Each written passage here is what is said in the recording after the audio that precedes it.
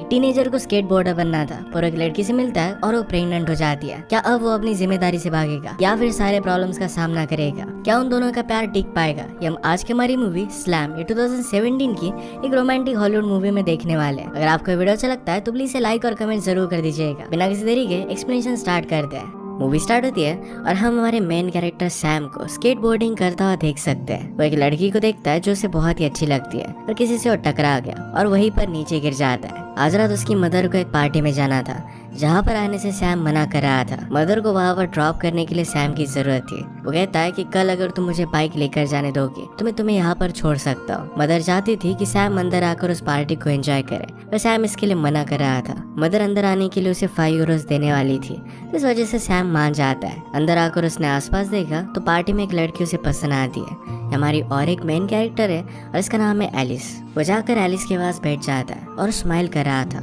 Alice कहती कि क्या मैं तुम्हें फनी लगती हूँ? सैम कहता है कि बहुत सारी चीजें फनी होती है, ऐसी एक चीज मुझे याद आ गई। एलिस कहती कि अब तुम यहाँ पर मुझे पटाने की कोशिश कर रहे हो तो पॉसिबल होने नहीं वाला। वो बहुत ही बोर हो चुकी थी। सैम कहता है कि अगर तुम इतनी बोर हो तो यहाँ पर क्यों हो? एलिस कहती कि घर मेरा ही है, मेरे पेरेंट्स की पार्टी है। उसने फिर कहा कि मेरे रूम में चलते हैं। उसे स्केटबोर्डिंग की वीडियो दिखा दिया। सैम कहता है कि ये तो मेरा पैशन है। उसने वीडियो बहुत बार देखी थी। उन दोनों में कुछ बातें हुई तो एलिस कहती कि हम दोनों को डेट पर जाना चाहिए। सैमुअल को भी अच्छा लगता है। पार्टी खत्म हुई और सैमुअल एलिस के बारे में सोच रहा था। ऊपर से एलिस फिर से उसे आवाज लगा दिया, कहती कि मुझे कॉल करना। अगले दिन सैम ने अपने फ्रेंड से बात की और कहा कि मुझे एक बहुत ही ब्यूटीफुल सी लड़की मिली। मैं उसके साथ डेट पर जाने वाला हूँ, पर मैं डर रहा हूँ कि उसके सामने मैं कुछ गलत ना कर दूँ। उसे बहुत ही लाइक करता था। उसका फ्रेंड भी उसका मजाक लेता है, कहता है कि तुम्हारी इतनी घटिया सी शक्ल है तो वो भी तुम में क्यों इंटरेस्टेड होगी। सैम और एलिस मूवी का प्लान बनाते हैं और सैम बहुत ही नर्वस था। बहुत सारे ड्रेसेस वो चेंज करता है। उसके बाद वो दोनों कॉफी पीने के लिए आए।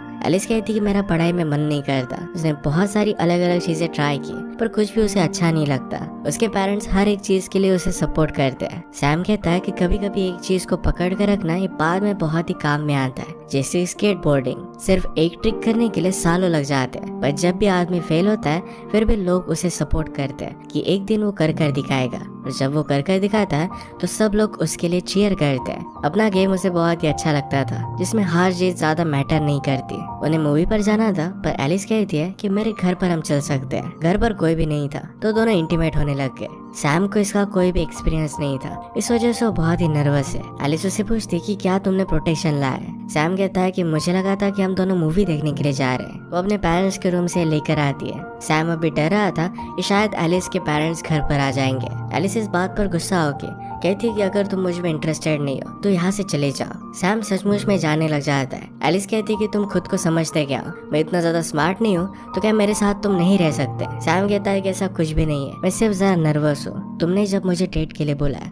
तो मैं फिगर आउट नहीं कर पाया कि तुम जैसी लड़की मुझ में इंटरेस्टेड कैसे है। जब से हम फर्स्ट टाइम मिले तब से मैं तुम्हारे ही बारे में सोच रहा हूँ। एलिस को ये बातें अच्छी लगती है और इसके बाद वो दोनों इंटीमेट हो गए। इसके बाद वो एक दूसरे से मिलने लग गए थे और उनकी रिलेशनशिप बहुत ही अच्छी चल रही थी। एक दिन सैमुअल एलिस के पेरेंट्स से मिलता है। एलिस के पेरेंट्स सैम से पूछते हैं कि तुम्हारा आगे चलकर क्या प्लान है। सैम बता नहीं रहा था तो एलिस ने कहा कि आगे चलकर सैम को कैलिफोर्निया जाना है और वहाँ पर वो स्केट करना चाहता है। एलिस के पेरेंट्स पूछते हैं कि तुम्हारी मदर का इस पर क्या कहना है। सैम कहता है कि मेरी मदर हर एक चीज के लिए मुझे सपोर्ट करती है। एक दिन सैम अपनी मदर के साथ डिनर करने के लिए बाहर गया। सैम और एलिस हमेशा साथ रहते थे तो मदर कहती कि क्या तुम दोनों के बीच में कुछ चल रहा है? तुम्हारी एज में तुम दोनों को बहुत ही केयरफुल रहना चाहिए। मैं जब 16 साल की थी तभी प्रेग्नेंट हो गई थी और इसी वजह से मेरी पूरी लाइफ बर्बाद हो गई। तुम दोनों को जरा केयरफुल रहना चाहिए। सैमुअल की मदर जिस तरीके से हमेशा उसे याद दिलाती है कि 16 इयर्स पर प्रेग्नेंट होना उसकी लाइफ की बहुत ही बड़ी मिस्टेक थी, ये बात सैमुअल को अच्छी नहीं लगती। आज उसका एलिस के साथ कांटेक्ट नहीं हो रहा था तो इस वजह से और भी ज्यादा नर्वस हो जाता है। बाद में एलिस उसे कहती कि मैं जरा शॉवर में थी और मेरा मोबाइल की बैटरी चली गई थी। इसी जगह पर सैम की मदर एक सिंगल पेरेंट से मिलती है और उन दोनों में बहुत ही अच्छी बातें हुई थी। नेक्स्ट सीन में सैम और एलिस से दोनों इंटीमेट हो रहे थे, पर वो दोनों उतने ज्यादा केयरफुल नहीं थे। नेक्स्ट सीन में हम देखते हैं कि सैम और एलिस सैम की एंड के यहाँ पर डिनर के लिए आए हुए थे। सैम की एंड भी जब वो 17 साल की थी तभी प्रेग्नेंट हो गई थी और इसी वजह से अपने करियर में वो आगे नहीं बढ़ पाई। उसे एक मॉडल बनना था। ये सब बातें सुनना सैम को अच्छा नहीं लगता। नेक्स्ट सीन में फिर से सैम एलिस के पेरेंट्स के साथ डिनर कर रहा था।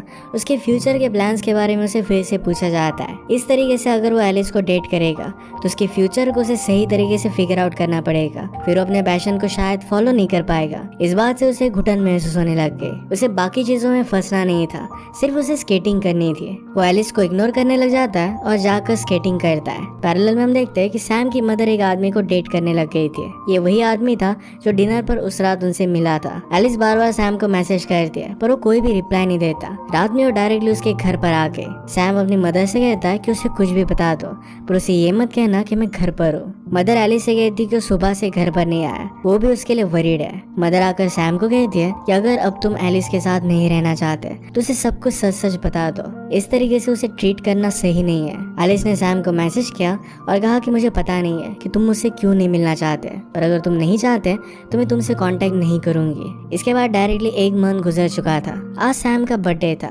उसकी मदर इसके लिए एक्साइटेड थी पर वो जरा थका हुआ था तो सो जाता है। उसे अचानक से एलिस का मैसेज आया। एक लोकेशन पर 11 बजे उसे मिलने के लिए बुलाती है और ये बात बहुत ही अर्जेंट थी। सैम रेडी होकर गया तो एलिस उसे कहती कि मेरा पीरियड आया नहीं है, इसका मतलब है कि शायद वो प्रेग्नेंट है। सैम कहता है कि क्या तुमने कुछ टेस्ट वगैरह किए? एलिस कहती कि मैं डर रही थी, उसे सपोर्ट की जरूरत थी। वो डिसाइड करते हैं कि दोनों साथ में जाकर कल टेस्ट लेने वाले हैं। घर जाकर सैम अपने फैमिली के साथ टाइम स्पेंड करता है। उसका एक स्केट बोर्डिंग का आइडल था और हमेशा उसके बुक्स को पढ़ा करता था। उस बुक में जब उसे फर्स्ट बेबी हुआ तो वो 24 इयर्स का था। सैम ने रियलाइज किया कि उसके पास कोई भी करियर नहीं है और अपने बेबी के लिए प्रोवाइड नहीं कर सकता। अपने आइडियल की एडवाइस अब उसे कुछ भी काम नहीं आएगी। रात में सोकर जब वो उठता है तो उसने एक टाइम जब मारा था। उसका बेबी हो चुका है और आधी रात में वो रो रहा था। वाइलिस के साथ सोया हुआ था। बेबी को अटेंड करने का अब उसका टर्न था तो उसे बेबी को शांत करना पड़ता है। सुबह उठकर उसने देखा तो एलिस की फैमिली के साथ वो रह रहा है। अपने स्कूल को उसने कंटिन्यू किया था। वो घर पर वापस आया तो ओफो से मिलने के लिए उसकी मदर आई हुई थी। वो जब उठती है तो हम देखते हैं कि वो भी प्रेग्नेंट है। ये सब बातें उसके लिए बहुत ही शॉकिंग थी।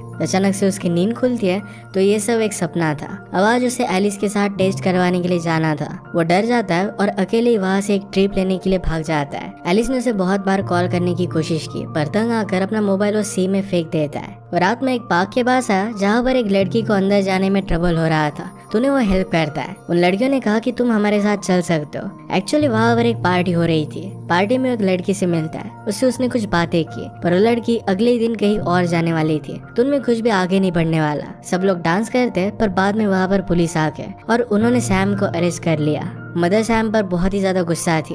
कहती कि मैं तुम्हारे लिए बहुत ही वरीड थी, तुम्हारा फोन भी ऑफ था। उसे पूछती कि तुम इस तरीके से बिहेव क्यों कर रहे हो। सैम उसे एक्चुअल बात नहीं बता सकता था तो कह देता है कि फादर और तुम्हारे डिवोर्स की वजह से मैं जरा अपसेट हूँ। मदर कहती कि डिवोर्स हुए 17 साल हो चुके हैं, तुम अब क्यों अपसेट हो। इसका सोल्यूशन निकालने के लिए सब लोग थेरेपी में गए। वहाँ पर सैम के फादर समझ नहीं पाते कि एक्चुअल में हुआ क्या है। वो सैम से पूछते कि तुम्हारे और तुम्हारे गर्लफ्रेंड के बीच में चीजें कैसे चल रही है, क्या तुम में झगड़ा हुआ था, क्या तुम उसे मार कर भाग गए थे। इस तरीके से बात करना थेरेपिस्ट को अच्छा नहीं लगता और सैम के फादर से वो झगड़ने लग गए। नेक्स्ट सीन में सैम एलिस के घर के बाहर उसे देखने की कोशिश कर रहा था पर एलिस उसके पीछे से आ गए। एलिस कहती कि क्या तुम्हें रिजल्ट जानना है। सैम कहता है कि मुझे ऑलरेडी पता है, अब हमें क्या करना चाहिए। वो इस पर डिस्कस करते हैं और जब एलिस के पेरेंट्स घर पर आए तो उन्हें सब कुछ वो बता देते हैं। एलिस के फादर ने डॉक्टर को कॉल लगाया। उसे कहते हैं कि जितनी जल्दी तुम इस बेबी को गिरा दोगी उतना ही अच्छा होगा। एलिस कहती कि मैं इसे रखना चाहती हूँ। उसकी मदर ने उसे कहा कि हमने तुम्हारे लिए एक पेट लाया था पर वो भी मर गया। तुम छोटे से डॉग को भी घुमाने के लिए नहीं लेकर जा सकती, तुम खुद का खाना नहीं बना सकती, इस बेबी को कैसे संभालोगी। एलिस के फादर सैम से पूछते कि तुम्हारी मदर का इस पर कहना क्या है। सैम कहता है कि मैंने मदर को इसके बारे में अब तक बताया नहीं है। सब लोग मिलकर फिर सैम की मदर के पास गए। वो भी एलिस को समझाने की कोशिश करती है कि इस एज में बेबी होना है बहुत ही डेंजरस है। इस बेबी को प्रोवाइड करने के लिए सैम का भी फ्यूचर बर्बाद हो सकता है। सैम की मदर उसके साथ अकेले में बात करना चाहती थी। एलिस के फादर कहते हैं कि तुम्हें जो कहना है यही पर कहो। सैम की मदर इस बात से गुस्सा हो गई और सब लोगों को बाहर निकाल देती है। सैम मदर से पूछता है कि क्या तुम्हारी लाइफ मेरी वजह से हमेशा के लिए बर्बाद हो गई। मदर कहती कि अब मेरी लाइफ नॉर्मल हो चुकी है। वो फिर भी चाहती थी कि एलिस को अपने डिसीजन को लेकर जरा सोचना चाहिए। सैम एडवाइस लेने के लिए अपने फादर के पास गया। फादर ने कहा कि ये सब तुम्हारे लिए बहुत ही हार्ड होगा, तुम्हें यहाँ से भाग जाना चाहिए। सैम कहता है कि मैं भी ये बेबी नहीं चाहता, पर मुझे उसका ख्याल रखना ही पड़ेगा। फादर कहते हैं कि मैंने इस सिचुएशन को हैंडल किया था तो तुम भी कर ही पाओगे। वो चाहती थी कि सैम को बॉय ही हो। वो डॉक्टर के पास गए और उन्हें पता चलता है कि बेबी बॉय है। सैम और एलिस ये दोनों बहुत खुश थे। वो दोनों मिलकर पेरेंटिंग की क्लासेस पर भी जाते हैं। वहाँ पर उन्हें बहुत ही ज्यादा बोर हो रहा था तो वहाँ से भाग गए। रात में वो एलिस के घर पर डिनर कर रहे थे।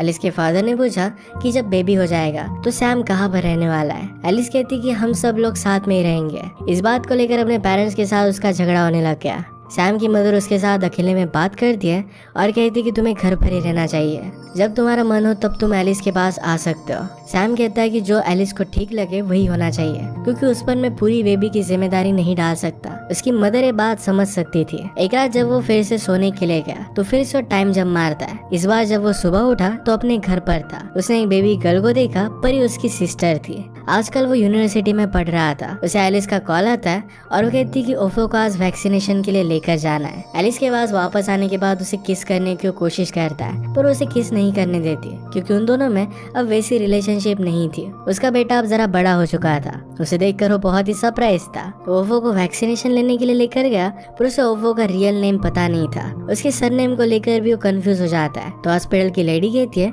तुम्हें कल वैक्सीनेशन के लिए आना चाहिए। हॉस्पिटल से निकलते वक्त उसने एक लड़की को नोटिस किया। उसे लगता है कि शायद वो उस लड़की को जानता है। बाद में ओफो के साथ स्केटबोर्डिंग की जगह पर आ जाता है। वहाँ पर उसे कहता है कि 2 मिनट यहीं पर रुकना, और वो स्केटबोर्डिंग करने लग गया। उसका ध्यान नहीं था और ओफो उसे कहीं पर भी मिल नहीं पाता। वो बहुत ही ज्यादा वरीड हो चुका था। वो फाइनली उसे ढूंढ लेता है। उसे कहता है कि तुम्हारा नाम क्या है। ओफो उसे बताता है कि मेरा नाम रूफस है। ओफो को ड्रॉप कर सैम घर पर आया। अपनी मदर से रात में वो बात करता है। वो कहता है कि लाइफ में मैं ओवरऑल किस तरीके से परफॉर्म कर रहा हूँ। उसकी मदर कहती कि 10 में से तुम 7 पर हो। सैम ने पूछा कि मेरे 3 मार्क्स कहाँ पर गए। मदर कहती कि तुम्हें अपनी लाइफ में बहुत सारी चीजें सीखनी है, वो जब तुम सीख जाओगे तो 3 नंबर्स भी तुम्हें मिल जाएंगे। इसके बाद जब वो अगली सुबह उठा तो फिर से प्रेजेंट में था। उसका रिजल्ट आया था और वो सब कुछ सब्जेक्ट में पास हो चुका है, तो नेक्स्ट ईयर वो जा सकता है। इसके बाद वो एलिस के साथ हैंग आउट करता है। उसने कहा कि मुझे प्रॉमिस करो कि हम हमारे बेटे को कभी भी ऐसा नहीं बताएंगे कि हमारी लाइफ की मिस्टेक था। वो शायद हमारा जीना बर्बाद कर देगा, पर इसका एहसास हम उसे कभी भी नहीं दिलाएंगे। एलिस भी इस बात के लिए हाँ कहती है। सैम अपनी यूनिवर्सिटी के एग्जाम में था तभी अचानक से उसे कॉल आता है और एलिस लेबर में थी। ये बात उसकी प्रोफेसर ने भी सुनी थी और वो कहती कि जल्दी से वहाँ पर चले जाओ। एलिस और सैम दोनों बहुत डरे हुए थे। एलिस उसे गाना लगाने के लिए कहती है। इसके बाद डिलीवरी सक्सेसफुल हुई। एलिस ने सैम से पूछा कि इस गाने का सिंगर कौन है। वो सिंगर देखता है तो सिंगर का नाम था रूफस। इसी वजह से अपने बेटे का नाम उन्होंने रूफस रखा था। उसने सबसे कहा कि हम इसे प्यार से ओफो बुलाएंगे। एलिस के पेरेंट्स और सैम की मदर इस बात पर झगड़ने लग गए कि इसका सरनेम क्या रहेगा। फाइनली एलिस कहती है कि सैम का सरनेम ही हमारे बेटे का सरनेम रहेगा। सैम फिर एलिस के साथ ही रहने लग गया। बीच रात में बेबी रोता था, उसे उसकी जरूरत पड़ती थी तो सैम उसका ख्याल रखता था। एक रात सब लोगों से मिलवाने के लिए उन्होंने पार्टी रखी थी। इस वक्त सैम के फादर भी आते हैं। पार्टी में कुछ लड़की